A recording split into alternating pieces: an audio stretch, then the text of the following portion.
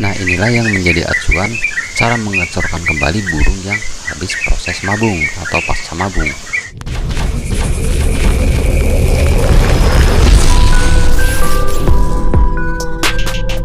Assalamualaikum warahmatullahi wabarakatuh. Bertemu lagi bersama kami Aina Bird Farm, channel yang mengupas tentang seputar burung dan penangkaran. Di pertemuan kali ini Aina Bird Farm akan membahas cara mengecorkan burung pasca mabung, teman-teman, khususnya burung terucukan.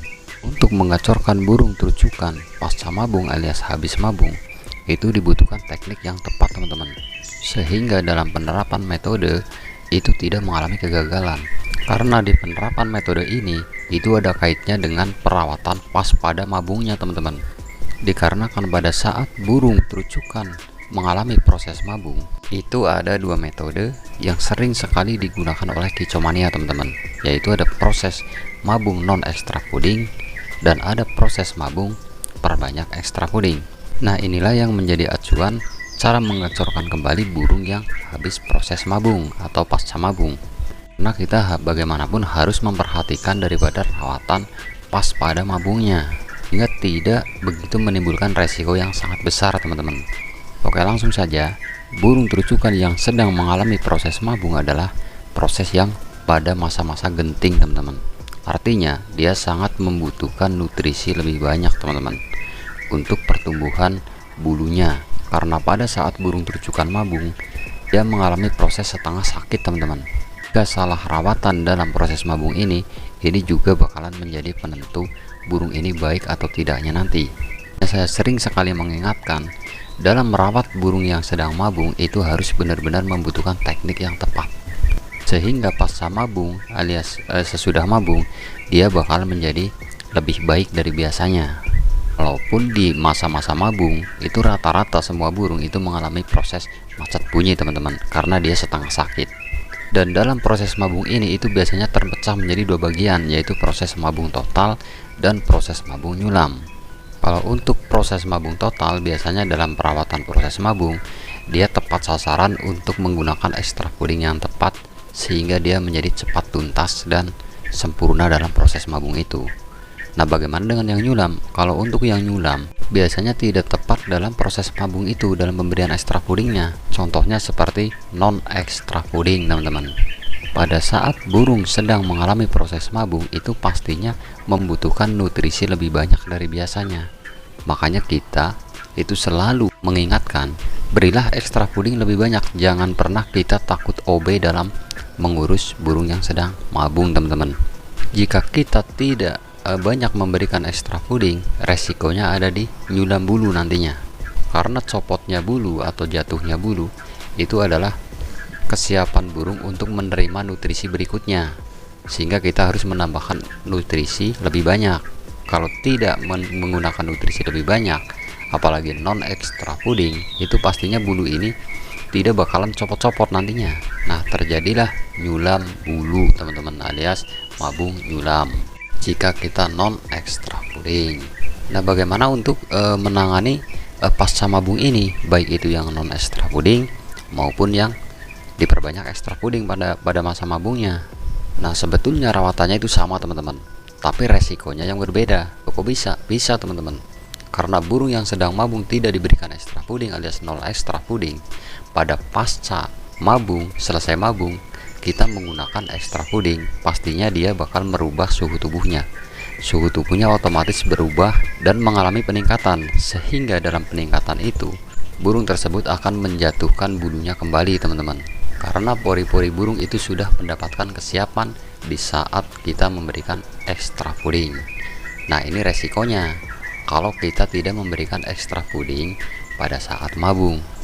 Nah, setelah dia kelihatannya sudah selesai mabung, kita berikan ekstra puding, dia ambrol kembali, teman-teman. Ini yang sangat perlu digarisbawahi. Nah, ini yang terkadang bisa menjadi prosesnya itu lebih lama, teman-teman. Ya, tetap langkahnya kita tetap menaikkan ekstra puding bertahap, walaupun dia sudah terlanjur tidak diberikan ekstra puding pada masa mabung, teman-teman. Dan ujung-ujungnya walaupun dia tetap mabung kembali alias dia copot kembali, teman-teman. Untuk bulu yang lama, bulu-bulu yang baru biasanya tidak copot. Hanya bulu-bulu yang sudah tua yang tidak copot pada waktu mabung itu. Dan akhirnya kita mengulang dari awal. ini rata-rata burung yang sedang mengalami proses mabung itu mengalami macet bunyi teman-teman. Itu sudah menjadi proses alamiah burung teman-teman. Jadi wajar saja kalau dia mengalami macet bunyi. Dan macet bunyi ini itu biasanya berlangsung sampai dia selesai mabung teman-teman. Makanya kita harus bagaimana caranya untuk menggacorkan kembali atau menyetabilkan kembali seperti semula. Yang tadinya gacor selesai mabung, kok dia jadi macet bunyi. Nah, langkahnya kita menaikkan ekstra puding bertahap teman-teman. Jangan langsung banyak. Baik itu yang sering diberikan ekstra puding maupun yang non ekstra puding pada masa mabung teman-teman. Tetap perawatannya sama. Kita naikkan ekstra puding bertahap. Dan buahnya itu kita ganti dengan buah sawo dan apel merah. Itu sering saya bahas teman-teman. Karena dua buah tersebut itu adalah buah yang bisa mendongkrak burung menjadi cepat bunyi teman-teman.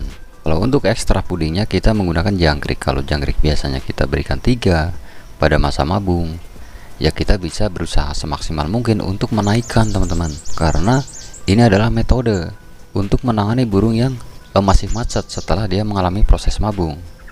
Bagaimana kalau tidak doyan sampai 3?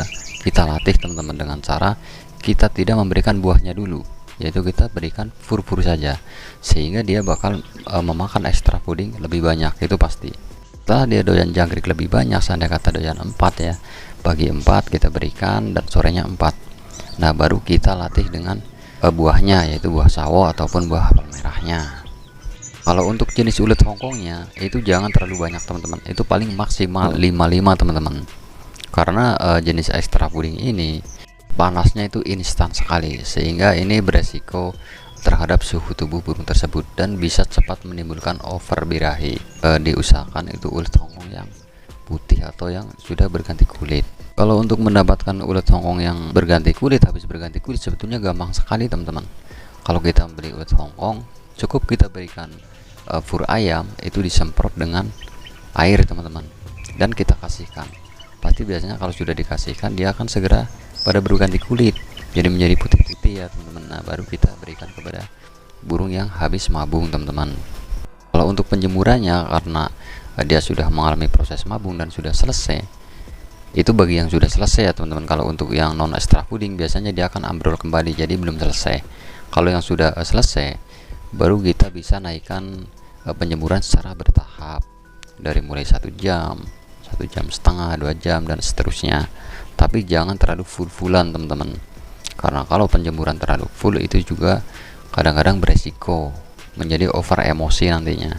Nah, setelah kita melakukan metode ini dari poin pertama sampai poin terakhir, kita juga harus cepat tanggap jikalau burung ini mengalami perubahan daripada tingkah lakunya, seperti dia mau over birahi seandainya kata ya, karena kita memberikan ekstra puding lebih banyak, otomatis rentan sekali dengan over birahi. Nah, kita harus cepat tanggap.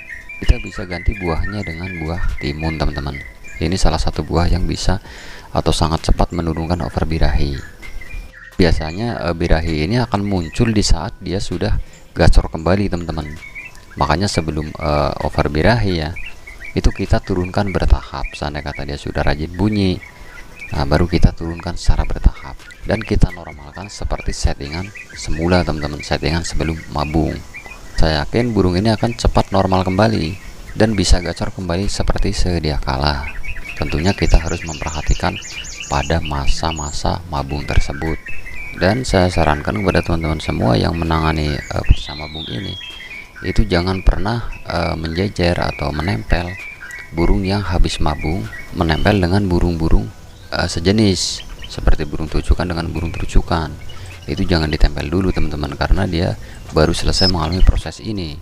Dan saya berpesan itu jangan sampai dilihatkan teman-teman, jadi dia cepat gacornya nanti ya. Nah, mungkin itu yang bisa kami sampaikan. Semoga bermanfaat buat kicauannya seluruh Nusantara. Salam lestari, wassalamualaikum warahmatullahi wabarakatuh.